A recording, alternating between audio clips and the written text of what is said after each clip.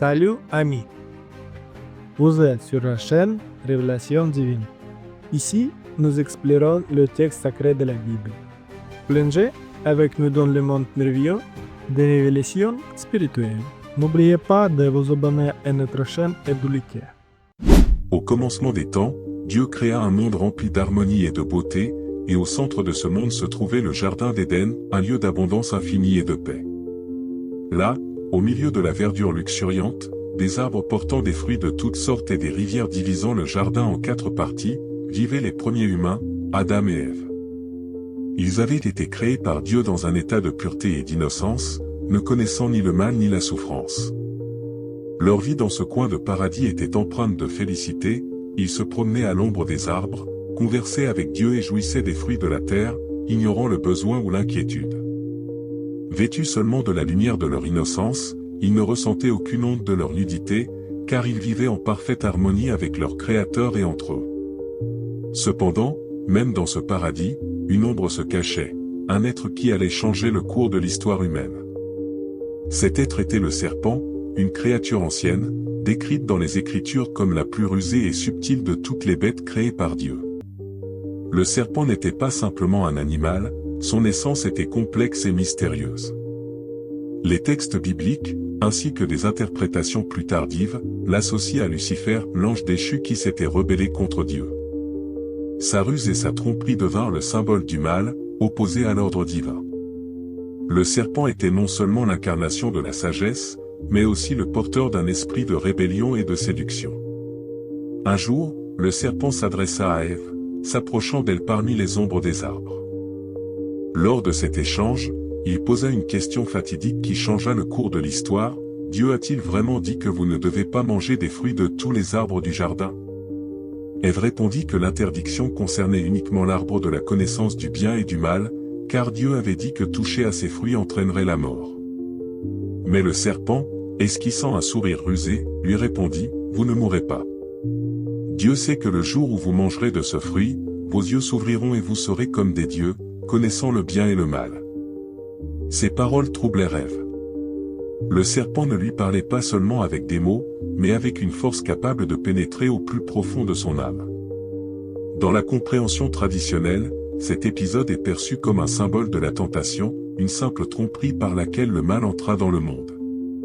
Cependant, certaines interprétations vont plus loin et suggèrent qu'à cet instant, une relation interdite se produisit entre Ève et le serpent, une relation qui allait au-delà de la simple tromperie. Le serpent aurait pu chercher non seulement à inciter Ève à goûter aux fruits, mais aussi à se rapprocher d'elle sur un plan plus profond, laissant une empreinte non seulement dans son âme, mais aussi dans sa descendance. Certains textes anciens, tels que le * Targum pseudo-Jonathan *, laissent entendre que le serpent éprouvait de la jalousie envers Adam et désirait Ève.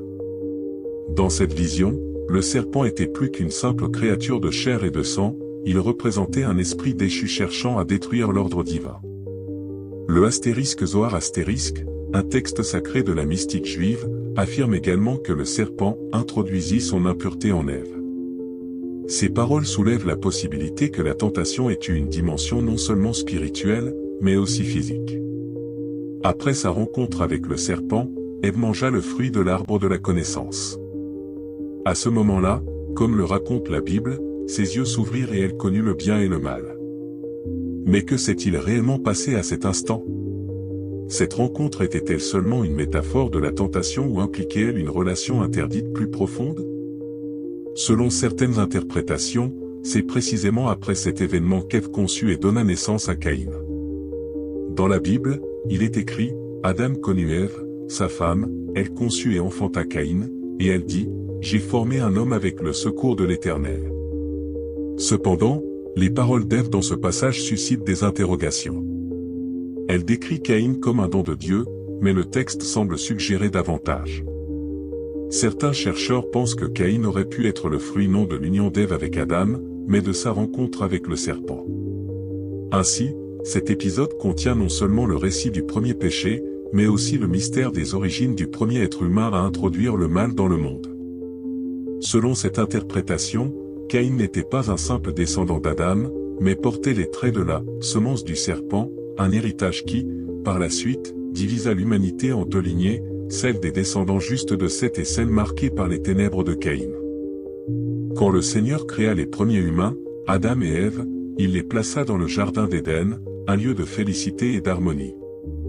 Tout dans ce jardin était conçu pour leur bien-être. Ils jouissaient des dons de la nature, marchaient en liberté et innocence, ignorant le mal et la souffrance. Cependant, au centre de ce paradis se trouvait l'arbre de la connaissance du bien et du mal, dont les fruits étaient interdits par Dieu. L'interdiction était stricte, toucher à cet arbre signifiait désobéissance au Créateur et entraîner la mort.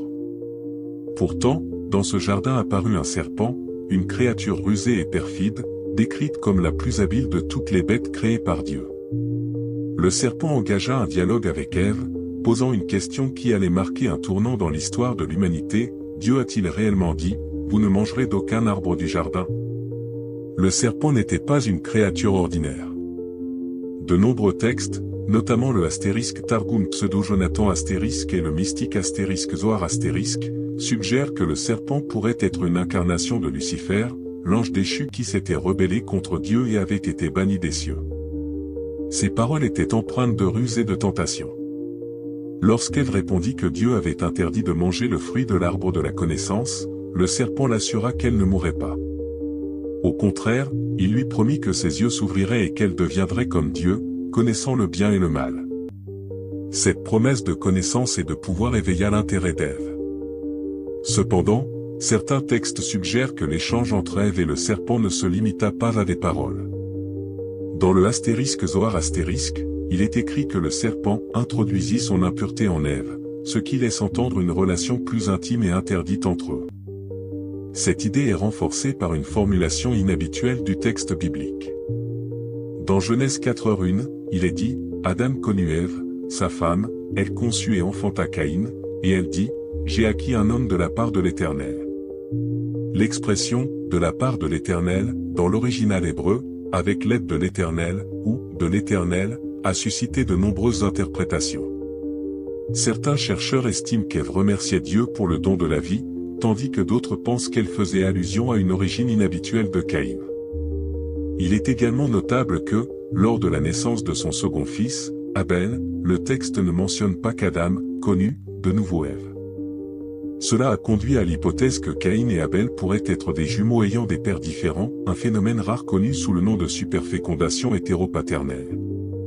Cette théorie, soutenue par des textes anciens, suggère que Caïn ne serait pas le fils d'Adam, mais celui du serpent lui-même. Selon le astérisque Targum Pseudo-Jonathan astérisque, le serpent éprouvait de la jalousie envers Adam et désirait Ève, ce qui aurait conduit à leur union interdite. Cette impureté, mentionnée dans les textes, aurait été transmise à Caïn, le rendant porteur des traits du mal. Le astérisque Zohar astérisque affirme également que Caïn était l'enfant de l'impureté du serpent, ce qui pourrait expliquer ses actions ultérieures et certains aspects de son caractère. Un élément clé de cette théorie réside dans les différences entre Caïn et Abel. Caïn, l'aîné, devint cultivateur, travaillant une terre maudite à cause du péché d'Adam et Ève. Abel, quant à lui, devint berger, symbole de pureté et de droiture. Lorsque les deux frères offrirent des sacrifices à Dieu, celui d'Abel fut accepté, tandis que celui de Caïn fut rejeté. Ce rejet suscita en Caïn de la jalousie et de la colère, qui le conduisirent à tuer son frère. Certains chercheurs relient ce comportement à « l'héritage du serpent », qui se manifesta chez Caïn sous forme d'hostilité envers l'ordre divin. Le récit biblique de la naissance de Caïn et Abel est imprégné d'allusions mystérieuses et de symbolismes cachés. La possibilité que le serpent soit le père de Caïn ajoute une nouvelle dimension à cette histoire ancienne, explorant les thèmes de la connaissance interdite, de la tentation et de la lutte héréditaire entre le bien et le mal. Cette théorie continue de susciter des débats, mais elle rappelle que l'histoire humaine est pleine de mystères qui ne se révèlent que par une étude approfondie et une réflexion sur les textes anciens. Ainsi, si l'on accepte l'idée que Caïn n'était pas le fils d'Adam mais l'enfant du serpent, cela change la compréhension de nombreux événements ultérieurs. Caïn devient non seulement le premier pécheur à tuer son frère, mais aussi le symbole d'un conflit intérieur qui place inévitablement l'humanité entre le bien et le mal. Son origine pourrait expliquer non seulement ses actions, mais aussi sa rupture spirituelle avec Dieu. Dans Genèse 4, 6-7, Dieu s'adresse à Caïn après le rejet de son sacrifice, en l'avertissant, « Pourquoi es-tu irrité, et pourquoi ton visage est-il abattu? Si tu agis bien, ne relèveras-tu pas ton visage? Mais si tu n'agis pas bien, le péché se couche à ta porte, et ses désirs se portent vers toi, mais toi, domine sur lui. » Cet avertissement souligne que, malgré son possible héritage du serpent, Caïn avait le choix, mais il choisit consciemment le chemin du mal. Le désir de Caïn de prouver sa valeur ou, peut-être, son conflit intérieur avec sa propre nature conduit à la tragédie. Il invite Abel dans les champs et là, il le tue. Cet acte marque le premier meurtre de l'histoire humaine, un symbole de la façon dont le péché, entré dans le monde, détruit les relations humaines. Par la suite, Dieu interroge Caïn, « Où est ton frère Abel ?» Ce à quoi Caïn répond, « Je ne sais pas, suis-je le gardien de mon frère ?» Ce dialogue met en évidence l'éloignement de Caïn non seulement de son frère, mais aussi de Dieu. Comme certains textes l'indiquent, cela pourrait être la conséquence de sa double nature, un mélange d'humanité et d'héritage serpentin. La punition de Caïn constitue un autre moment clé. Dieu le maudit pour le meurtre de son frère, le condamnant à devenir un errant sur la terre. Cependant, au lieu de permettre sa destruction totale, Dieu place sur lui un signe, pour que personne ne le tue. Ce signe reste un mystère. Certains chercheurs pensent qu'il symbolisait non seulement une protection, mais aussi l'origine distincte de Caïn, différente de celle des autres descendants d'Adam. Dans le astérisque Zohar astérisque, ce signe pourrait être lié à son héritage du serpent, faisant de Caïn une figure unique dans l'histoire de l'humanité. Après son bannissement, Caïn part pour le pays de Nod, où il construit une ville et la nomme du nom de son fils, Enoch. Cet acte, construire une ville, marque le premier pas de l'humanité vers la civilisation. Cependant, les descendants de Caïn, décrits dans la Bible, sont non seulement des artisans et des créateurs talentueux, mais aussi des porteurs de violence et d'injustice. Lamech, un descendant de Caïn, se vante de ses meurtres en disant « J'ai tué un homme pour ma blessure et un jeune homme pour ma meurtrissure. » Si Caïn est vengé cette fois, Lamech le sera 77 fois.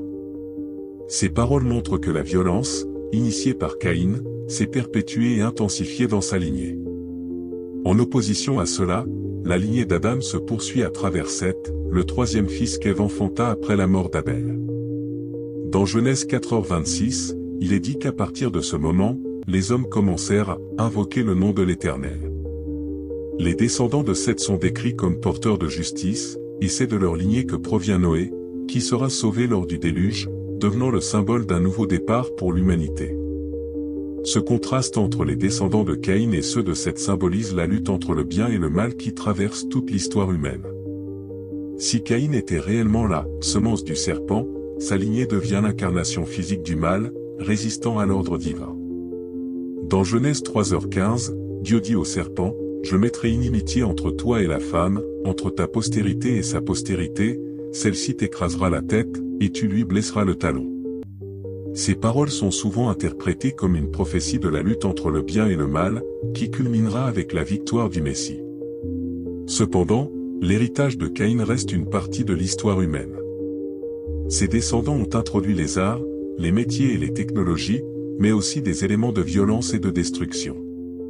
Cette dualité souligne la complexité de la nature humaine, où le potentiel de création et de destruction coexistent. Caïn demeure une figure énigmatique, symbole de l'impact du péché sur l'âme humaine, mais aussi rappel de la liberté de choix et de la responsabilité individuelle, malgré tout héritage. À l'époque où Adam et Ève quittèrent le jardin d'Éden, une nouvelle vie commença pour eux, pleine de labeur, d'épreuves et de découvertes par l'expérience. Ève donna naissance à son premier fils, qu'ils nommèrent Caïn, suivi de leur second, Abel. Ces deux frères, bien que liés par une parenté proche, se révélèrent si différents que leur destin, leur caractère et leur vocation se divergèrent en des directions opposées. Caïn devint cultivateur, un homme travaillant la terre. Il semait des graines, faisait pousser des récoltes et s'efforçait de dompter un sol qui, selon les paroles de Dieu à Adam, était maudit et produisait des épines et des chardons. Son travail exigeait de la persévérance et de la force, mais cette connexion avec la terre, maudite à cause du péché originel, semblait symboliser son éloignement spirituel de Dieu. La terre qu'il cultivait était pour lui non seulement une source de subsistance, mais aussi un signe de son attachement au monde matériel, soumis à la corruption et à la destruction. Abel, en revanche, était berger. Il gardait des troupeaux, prenait soin des animaux, les protégeait et les élevait avec tendresse et sollicitude. Sa vie, tournée vers le mouvement, les cieux ouverts et la dépendance à la providence divine, semblait refléter une connexion spirituelle plus proche avec Dieu. Son travail ne consistait pas à lutter contre la malédiction de la terre, mais à se reposer sur la grâce et les dons du Créateur. Ces deux chemins choisis par les frères devinrent des symboles de leur nature intérieure. Caïn, le premier-né, incarnait ce qui est terrestre, matériel et brut, tandis qu'Abel représentait ce qui est spirituel, élevé, cherchant la proximité avec Dieu. Au fil du temps, les deux frères décidèrent d'offrir des sacrifices au Seigneur, exprimant leur gratitude et leur respect. Caïn, en tant que cultivateur, apporta des fruits de la terre. Il choisit parmi sa récolte, mais, comme le suggèrent certains commentateurs, son offrande manquait de foi et d'humilité profonde. Peut-être ne choisit-il pas les meilleurs fruits ou les apporta-t-il dans un but formel, sans véritable désir de plaire à Dieu. Abel, en revanche, offrit les premiers et les meilleurs agneaux de son troupeau, un sacrifice sanglant qui symbolisait non seulement sa gratitude, mais aussi sa reconnaissance de sa dépendance envers Dieu et sa disposition à offrir ce qu'il avait de plus précieux. Dieu regarda favorablement le sacrifice d'Abel, mais rejeta celui de Caïn. Ce moment fut décisif pour les deux frères.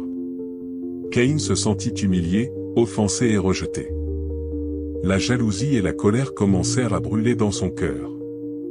Mais Dieu, connaissant ses pensées, s'adressa à lui avec un avertissement, « Pourquoi es-tu irrité, et pourquoi ton visage est-il abattu? Si tu agis bien, ne relèveras-tu pas la tête? Mais si tu n'agis pas bien, le péché se couche à ta porte, et ses désirs se portent vers toi, mais toi, domine sur lui. » Ces paroles étaient un appel à Caïn pour qu'il maîtrise ses sentiments, qu'il comprenne que la responsabilité de ses actes reposait sur lui. Cependant, Caïn ne prêta pas attention à cet avertissement. Certains chercheurs suggèrent que cette incapacité de Caïn à maîtriser ses émotions et à se tourner vers Dieu pourrait être liée à sa supposée nature serpentine. Si Caïn était effectivement né d'une union interdite entre Ève et le serpent, son éloignement spirituel de Dieu pourrait être non seulement le résultat de ses propres choix, mais aussi un héritage transmis par cette lignée impure. Caïn ne réussit pas à surmonter sa lutte intérieure, son aliénation à la lumière divine. Au lieu de corriger ses actes, Caïn permit à la colère et à la jalousie de dominer son cœur. Il invita Abel dans les champs, et là, à l'abri des regards, il l'attaqua et le tua. Ce meurtre fut le premier sang versé par un homme, le premier acte de violence dans l'histoire humaine. Il symbolisa comment le péché, entré dans le monde par la désobéissance d'Adam et Ève, commença à se propager, affectant les relations humaines et la nature même de l'homme. Lorsque Dieu demanda à Caïn, « Où est ton frère Abel ?» Caïn répondit avec insolence, « Je ne sais pas, suis-je le gardien de mon frère ?» Ces paroles mirent en évidence non seulement sa culpabilité, mais aussi son éloignement spirituel de Dieu et de son frère. Cependant, Dieu, en tant que juge juste, ne le laissa pas sans punition. Il déclara à Caïn, « Que as-tu fait ? La voix du sang de ton frère crie de la terre jusqu'à moi. Désormais, tu es maudit loin de cette terre qui a ouvert sa bouche pour recevoir de ta main le sang de ton frère. » Cette malédiction non seulement sépara Caïn de son travail de la terre, mais le condamna également à devenir un errant, un vagabond sur la face de la terre. Pourtant, malgré tout, Dieu montra de la miséricorde en mettant un « signe » sur Caïn pour que personne ne le tue. Ce signe, objet de nombreux débats, symbolisait peut-être à la fois une protection et la nature unique de Caïn, le distinguant des autres descendants d'Adam. La vie de Caïn, ses descendants, sa malédiction et son signe devinrent l'incarnation de l'héritage du péché, de la lutte et de la grâce de Dieu. Au temps où Caïn fut banni après avoir tué son frère, sa vie et celle de ses descendants prirent une direction différente de celle de la lignée d'Adam, poursuivie à travers Seth, le troisième fils d'Ève. Selon la théorie de la semence du serpent, Caïn, en tant que supposé descendant du serpent, symbolisait l'émergence d'une lignée de mâle, s'opposant à la lignée de justice issue de Seth. ce conflit entre deux lignées devint une image archétypale de la lutte éternelle entre le bien et le mal, traversant toute l'histoire de l'humanité. Si Caïn était effectivement né non d'Adam mais d'une union interdite entre Ève et le serpent, ses descendants pourraient incarner physiquement une force hostile à Dieu et à son ordre. Dieu, après avoir banni Caïn, plaça un signe sur lui pour que personne ne le tue, et Caïn partit pour la terre de Nod, où il entreprit une nouvelle vie. Là, il bâtit la première ville, qu'il nomma du nom de son fils, Énoch. Cette ville devint un symbole de la civilisation humaine construite sans la bénédiction divine, où dominaient les accomplissements matériels plutôt qu'une connexion spirituelle avec Dieu. Les descendants de Caïn commencèrent à développer divers métiers et arts, devenant des pionniers dans l'agriculture, l'élevage, le travail des métaux et la musique. Leur contribution au progrès de l'humanité fut significative, mais avec elle croissait aussi le mal. La violence, l'orgueil et la dégradation morale devinrent des traits caractéristiques de cette lignée. Lamech, un descendant de Caïn, se vanta fièrement de ses meurtres en disant « J'ai tué un homme pour ma blessure, et un jeune homme pour ma meurtrissure. » Si Caïn est vengé 7 fois, Lamech le sera 77 fois. Ces paroles illustrent l'intensification du mal et de l'iniquité dans la lignée de Caïn, où la vengeance et la violence étaient intégrées à leur nature. En revanche, la lignée de Seth, le troisième fils d'Adam et Ève, était associée à la justice. Après la naissance de Seth, Ève déclara « Dieu m'a donné un autre fils à la place d'Abel, que Caïn a tué. » Les descendants de Seth commencèrent à invoquer le nom de l'Éternel, symbolisant leur aspiration à une vie spirituelle et leur quête de rétablir la connexion avec Dieu, perdue par leurs ancêtres. C'est de la lignée de Seth que vint Noé, un homme que Dieu trouva juste parmi sa génération et qui fut sauvé du déluge envoyé pour purifier le monde du mal. La lignée de Seth incarnait l'aspiration à l'ordre divin, l'humilité et l'obéissance à la volonté de Dieu. Ce contraste entre les descendants de Caïn et ceux de Seth devint à la fois un reflet historique et symbolique de la nature humaine. Les descendants de Caïn, liés à son origine supposée du serpent, représentaient une lignée cherchant le matériel, l'indépendance vis-à-vis de Dieu, l'orgueil et la puissance. Leur chemin était marqué par des conquêtes, des inventions et des réalisations culturelles, mais aussi par la destruction, la violence et la rébellion contre l'ordre divin.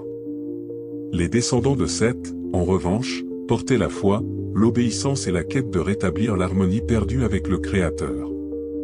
Cette lutte entre les lignées de Caïn et de Seth est interprétée comme une réflexion du conflit intérieur entre le bien et le mal présent en chaque individu. La théorie de la semence du serpent souligne que le mal trouve ses racines non seulement dans le libre arbitre de l'homme, mais aussi dans sa nature, qui peut être tentée et corrompue.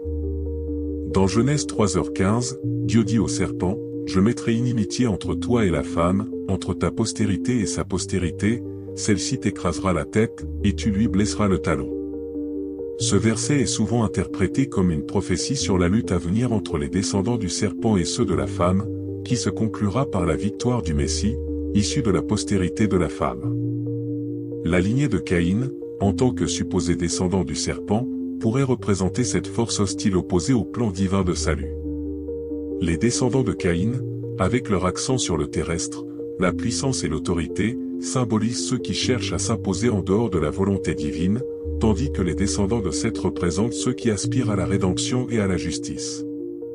Cette lutte entre les deux lignées ne fut pas seulement un élément des textes anciens, mais demeure un rappel éternel que chaque individu se trouve au cœur de cette bataille.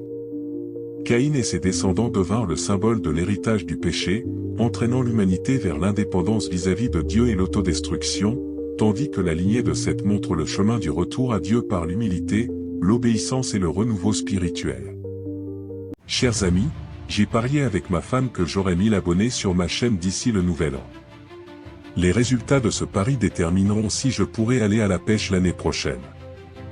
J'aime beaucoup la pêche. Aidez-moi à gagner ce pari. Merci.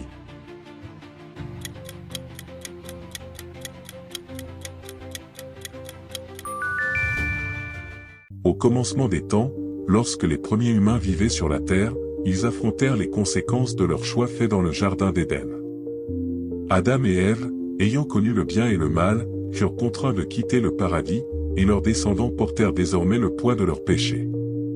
Cependant, dès le début, l'humanité reçut le don du libre arbitre, la possibilité de choisir entre le bien et le mal, entre la fidélité à Dieu et les désirs personnels. Ce libre arbitre devint le fondement de l'histoire tragique de deux frères, Caïn et Abel, dont le récit éclaire la nature du mal et son lien avec les actions humaines. Caïn, le premier-né d'Adam et Ève, consacra dès son jeune âge sa vie au travail de la terre. Il devint cultivateur, vivant en étroite relation avec les fruits de la terre, maudite après la chute. Son labeur exigeait une lutte constante, de la persévérance et de l'effort. La terre, produisant des épines et des chardons, reflétait non seulement la dureté de son travail, mais symbolisait également l'éloignement spirituel de Caïn vis-à-vis de Dieu. Abel, quant à lui, était berger. Sa vie dépendait moins de son travail que de la grâce de Dieu. Son activité impliquait une interaction constante avec la nature, le soin des troupeaux, et une dépendance au soleil et à la pluie envoyée par le Créateur. Ces deux frères représentaient, dès le début, les oppositions entre le matériel et le spirituel, un conflit qui était au cœur de leur existence. Lorsque vint le moment d'offrir un sacrifice à Dieu, chacun apporta ce qui provenait de son travail. Caïn offrit des fruits de la terre, tandis qu'Abel présenta les premiers et les meilleurs agneaux de son troupeau. Mais dans cet acte, comme le suggèrent de nombreux commentateurs, se refléta non seulement une différence de dons, mais aussi une différence de cœur. L'offrande d'Abel fut faite avec foi, sincérité et humilité, tandis que celle de Caïn, semble-t-il, était davantage formelle, dénuée de véritable dévotion et de reconnaissance de sa dépendance à Dieu. Le Seigneur accepta l'offrande d'Abel, mais rejeta celle de Caïn. Ce moment fut une épreuve pour l'aîné, qui ne parvint pas à accepter que son don ne fût pas agréé. Sa colère et sa jalousie grandirent, alimentant un conflit intérieur qui aboutit finalement à une tragédie. Dieu, voyant le trouble de Caïn, lui adressa un avertissement, « Pourquoi es-tu irrité, et pourquoi ton visage est-il abattu? Si tu agis bien, ne relèveras-tu pas la tête? Mais si tu n'agis pas bien, le péché se couche à ta porte, et ses désirs se portent vers toi, mais toi, domine sur lui. » Ces paroles soulignent l'idée centrale de cette histoire, chaque personne est responsable de ses actes, quelles que soient les circonstances ou l'héritage. Le péché, tel un ennemi rusé, guette toujours à la porte, prêt à s'emparer de l'homme, mais le choix reste entre ses mains. Dieu donna à Caïn une chance de surmonter sa colère, de se maîtriser et de faire le bon choix. Mais Caïn choisit une autre voie. Sa jalousie et son sentiment d'injustice l'emportèrent, et il décida de tuer son frère. L'acte de Caïn fut la première manifestation du mal dans le monde après l'exil d'Éden. Le meurtre d'Abel ne fut pas simplement un acte de violence, il symbolisa la manière dont le péché, infiltré dans la nature humaine par la désobéissance d'Adam et Ève, commença à agir, détruisant les relations humaines et éloignant l'homme de Dieu. Après le meurtre, Dieu interrogea Caïn, « Où est ton frère Abel ?» À quoi Caïn répondit avec insolence, « Je ne sais pas, suis-je le gardien de mon frère ?» Cette réponse reflète non seulement sa tentative de dissimuler sa culpabilité, mais aussi son aliénation complète, tant de son frère que de Dieu. Cependant, Dieu ne laissa pas Caïn sans punition. Il déclara, « Que as-tu fait? La voix du sang de ton frère crie de la terre jusqu'à moi. Désormais, tu es maudit loin de cette terre qui a ouvert sa bouche pour recevoir de ta main le sang de ton frère. » Caïn devint un errant, dépouillé de paix et de connexion avec la terre qu'il travaillait auparavant. Malgré cela, Dieu fit preuve de miséricorde. Il plaça un signe sur Caïn pour que personne ne le tue. Ce signe devint un symbole à la fois de sa punition et de la protection divine, montrant que même dans la punition, Dieu manifeste sa grâce. Cependant, Caïn resta porteur du fardeau de son acte, incarnant le conflit intérieur entre le spirituel et le matériel, entre l'appel au bien et l'inclination au mal. Cette histoire invite à réfléchir sur la nature du mal. Le mal n'est pas seulement une force extérieure agissant sur l'homme. Il réside à l'intérieur, comme le résultat de ses décisions et de ses actes. Dieu avertit Caïn que le péché le guettait, mais il lui donna aussi le pouvoir de le dominer. Ce pouvoir, le libre arbitre, est accordé à chaque individu pour qu'il choisisse entre le bien et le mal. Malgré un héritage symbolique ou réel qui aurait pu être celui de Caïn, ses actions furent son propre choix. Cela souligne la vérité philosophique essentielle de cette histoire: chaque être humain est responsable de ses actions, et même dans les circonstances les plus difficiles, le choix reste entre ses mains. L'histoire de Caïn et Abel soulève également la question du conflit intérieur qui habite chaque individu. Caïn symbolise la lutte entre l'attachement au matériel, qui mène à l'égoïsme et à la jalousie, et le spirituel, qui appelle à l'humilité, à l'amour et à la foi. Ce conflit se poursuit à travers chaque génération, obligeant l'homme à choisir encore et encore entre le bien et le mal. La leçon de l'histoire de Caïn et Abel est que, malgré le poids de la nature pécheresse, l'homme a la capacité de surmonter le mal en lui, s'il se tourne vers Dieu et fait le bon choix. Au commencement des temps, lorsque la terre était encore jeune et que l'humanité entamait à peine son chemin, l'histoire de Caïn et Abel devint la première grande tragédie révélant la profondeur de la nature humaine, le poids du libre arbitre et la réalité du mal. Caïn, le premier fils d'Adam et Ève, incarne la lutte constante entre le matériel et le spirituel, entre la soif de connaissance et de sagesse, entre la nature pécheresse et l'aspiration au divin. Sa vie, empreinte de mystère, soulève des questions que l'humanité cherche encore à élucider. L'origine de Caïn est entourée de mystères. Dans Genèse 4:1, il est écrit: Adam connut Ève, sa femme, elle conçut et enfanta Caïn, et elle dit: J'ai acquis un homme de la part de l'Éternel. Ces paroles, apparemment simples, contiennent une profondeur qui a suscité des interrogations à travers les âges. En désignant Caïn comme un homme de la part de l'Éternel, elle semblait indiquer son unicité, sa particularité. Mais qu'impliquait cette singularité? Certains textes anciens, tels que le * Targum Pseudo-Jonathan * et le * Zohar *, suggèrent que Caïn n'était pas simplement le fils d'Adam, mais le fruit d'une union interdite entre Ève et le serpent. Si cela est vrai, Caïn portait en lui quelque chose d'unique, un héritage qui aurait pu influencer son destin. Indépendamment de ses origines, Caïn fut confronté à un choix, et il emporta la responsabilité. L'épisode où son offrande fut rejetée, alors que celle de son frère Abel fut acceptée, illustre que Dieu ne regarde pas seulement le don, mais aussi le cœur de celui qui l'offre. Plutôt que de corriger ses voies, Caïn laissa la jalousie et la colère l'envahir. Il commit un meurtre, versant pour la première fois le sang sur la terre. Cet acte, bien que façonné par des circonstances extérieures ou un héritage éventuel, était avant tout le résultat de sa propre décision. Même après cela, Dieu lui offrit une chance de reconnaître sa faute, mais Caïn, répondant avec insolence, ne fit qu'accentuer son éloignement du Créateur. Cette histoire regorge de symboles qui résonnent encore aujourd'hui. Caïn est le symbole du conflit intérieur qui habite chaque être humain. Son sort rappelle que le mal ne vient pas seulement de l'extérieur, mais germe à l'intérieur, dans le cœur, et que chacun est responsable de ses actes. Son histoire met en lumière l'importance des choix humains et la manière dont ces choix façonnent la vie. Dieu avait prévenu Caïn que le péché se couche à sa porte, mais lui avait également donné le pouvoir de le dominer. Ce moment souligne qu'en dépit des difficultés et des tentations, chaque individu dispose du libre arbitre, de la capacité de surmonter le mal et de choisir le bien. Mais, comme toute grande histoire, celle de Caïn et Abel soulève plus de questions qu'elle n'apporte de réponses. Caïn était-il réellement la semence du serpent? Que représentait le signe que Dieu plaça sur lui? Pourquoi ses descendants, bien qu'ils aient contribué de manière significative aux arts et aux métiers, sont-ils devenus un symbole de décadence et de violence?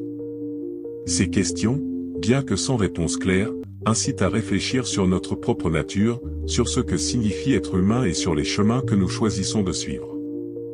L'histoire souligne également l'importance de la quête de sagesse et de compréhension spirituelle. Elle rappelle que la connaissance est à la fois un don et une responsabilité. Ève, séduite par le serpent, recherchait la connaissance, sans comprendre le prix à payer. Caïn, peut-être porteur de cette connaissance, n'a pas su l'utiliser pour le bien. Abel, en revanche, représentait l'humilité et la dévotion, ce qui rendit son offrande agréable à Dieu. Cette opposition invite à réfléchir sur la manière dont la connaissance et la sagesse doivent être accompagnées de foi et d'humilité. L'histoire de Caïn et Abel nous enseigne que la vérité ultime reste souvent voilée. Dieu, en donnant le libre arbitre à l'homme, ne révèle pas tous les mystères, permettant à chacun de chercher les réponses par lui-même. Cette quête n'est pas simplement un processus intellectuel, mais un voyage spirituel qui aide à comprendre sa place dans le monde et à se rapprocher de Dieu. L'appel à la connaissance et à la compréhension est inscrit dans la nature humaine, mais il comporte aussi des risques. La connaissance sans humilité peut conduire à l'orgueil, et la quête de vérité sans amour peut engendrer la cruauté. Ainsi, l'histoire de Caïn et Abel n'est pas seulement un récit sur les premiers humains, mais une profonde réflexion sur la nature du mal, la liberté de choix et la lutte éternelle entre le bien et le mal. Elle ne nous laisse pas seulement des questions, mais aussi des leçons qui restent pertinentes pour chaque génération. C'est une histoire sur nous-mêmes, sur notre capacité à choisir, à commettre des erreurs et à chercher la lumière, même lorsque la vérité demeure cachée derrière le voile du mystère divin.